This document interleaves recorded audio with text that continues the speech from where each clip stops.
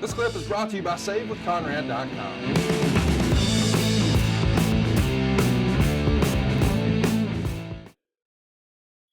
We should also mention that Meltzer would write in the Observer that Vince made the decision to pivot away from Scott Hall winning after seeing Scott Hall's performance on the March 11th Raw.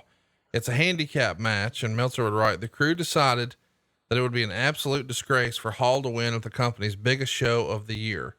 Plus, there's a belief that Hall won't be around much longer, so it was felt that it would also be a mistake to put him over Austin on such a huge stage if there's no guarantee he'd be in the company a month from now. And as a result, Vince agreed to change the finish. So there's a lot going on here. You can sort of feel the mood changing with the way Austin has been handled, because you got to remember, he was in the most critically acclaimed match at WrestleMania 13. He becomes the world champion at WrestleMania 14, WrestleMania 15. It's a big match with The Rock. WrestleMania 17. It's the biggest match with The Rock. I mean, that was the WrestleMania that set all the records at 17. And now the follow up to that, and he's working with Scott Hall and supposed to lose. Now the finish has been changed, of course, the day of, but Austin's not happy even just being in this spot. He would write in his book, at WrestleMania 18, I was in the third or fourth match, and it wasn't even the main event. It was just some match on the card, the way I looked at it. And I wasn't happy with that at all. You can tell me the business goes in cycles, and sometimes you're not as hot as you want to be, but I was on that card. Where I was on that card didn't make sense to me. The match wasn't promoted properly. It wasn't built properly, nothing. And that's really hard to argue. You know, I mean, if you're the biggest star and you look at the tremendous build they had on the way to WrestleMania 17, you know, we've even talked about it here on the show, that Limp Bizkit My Way video for the main event, and that sit down interview that you did with both guys, and sold out Astrodome, all kinds of records. But that thing was a collision course for months and months. Meanwhile, this one, you don't really know what he's doing at WrestleMania at Royal Rumble. You find out just 1 month prior, after the pay-per-view where he loses to Jericho, and then Hall hits the stunner, and you think, well, this must be it.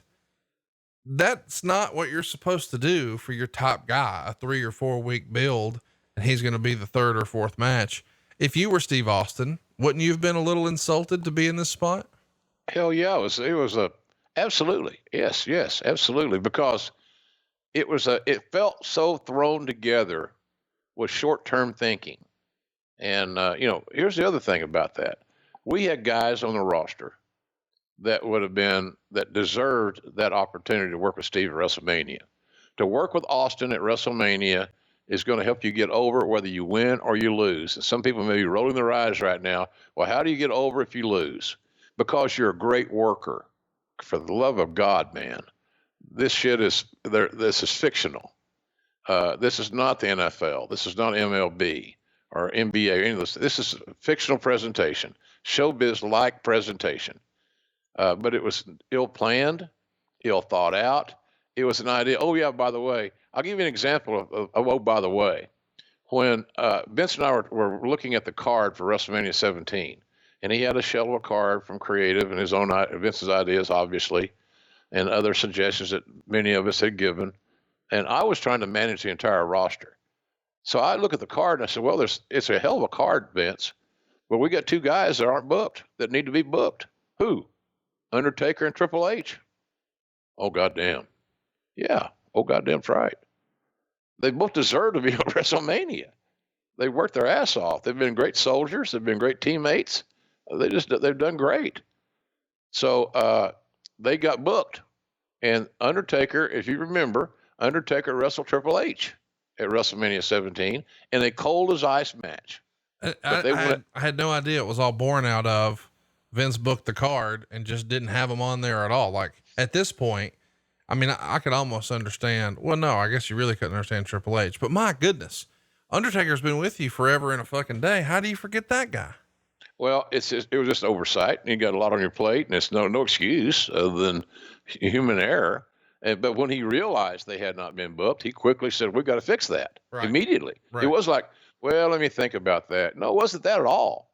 It was just the fact that the card that was presented to Vince by the creative people did not have those 2 stars on it, which tells me somebody ain't paying fucking attention. And this whole issue that we're talking about today was born in a lack of communication and being straightforward. And if there's one guy ever in the wrestling business, there's been a lot of, by the way, Undertaker's that way as well, and among many. But the way you deal with Stone Cold is you deal with him straight up. Right. You know, you give him the headline. You don't just you give him the story. Here's the headline. Here's what we want to do. And then you back it up with fact or reason or whatever it may be. But whatever you do, you don't become deceptive with this deal. And I think that's what Steve felt like. He was being worked. And whether he was or he wasn't, I don't think anybody would work Stone Cold purposely, intentionally. But that's how it came off. And at the matter of fact, if you're in court, you know, you got a weak case to try to defend, because that's really what happened. He was taken for granted, and he was put in a position that did not fit who he was. It's bad casting. Hey, what if you put John Wayne in the movie, Conrad? I know I'm wearing out John Wayne this week, but goddamn, man, you going to get him shot in the first scene? Right. I don't think so. He started it. No matter what was on top or how the card was booked, Stone Cold at WrestleMania was still huge business, because he had proven to be a pay-per-view selling son of a gun, a machine.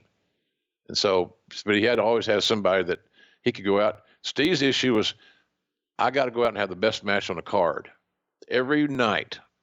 You know, I told the story before about I booked him in Vince wanted to work with Mark Merrow one time in L.A.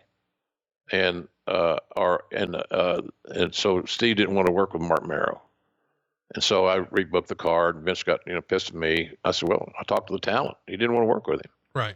And, we got to give Merrow, I said, I understand. I like Mark Merrow. But Steve doesn't feel like there's a chemistry. He doesn't feel like he can go out and have the best match on the card with Mark Merrow at this point in time. Another time, Austin did the same deal. L.A. again, big market. I had him on early in the card so he could get out of there early and make TV, a little bit of rest. It pissed him off.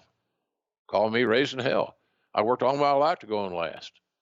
It means something to me. It still means something to me. And, and I don't want to go in the middle of the card, no matter what the reason is. He said, I want to go on last. And I said, then by God, you're going to go on last. You'll be the last one to leave the building. That's what you like. And so, and then Vince got the agent for it. I thought we decided to put Austin on early. I said, we did decide that, but he undecided it. he didn't want to do it. So I said, your old story that you learned from your dad, you got to get, no matter what, you got to get the match in the ring. And so I got the match in the ring. They had I don't remember who rebooked him with, didn't matter, but they had a real good match. For Austin, it was always about the bell to bell.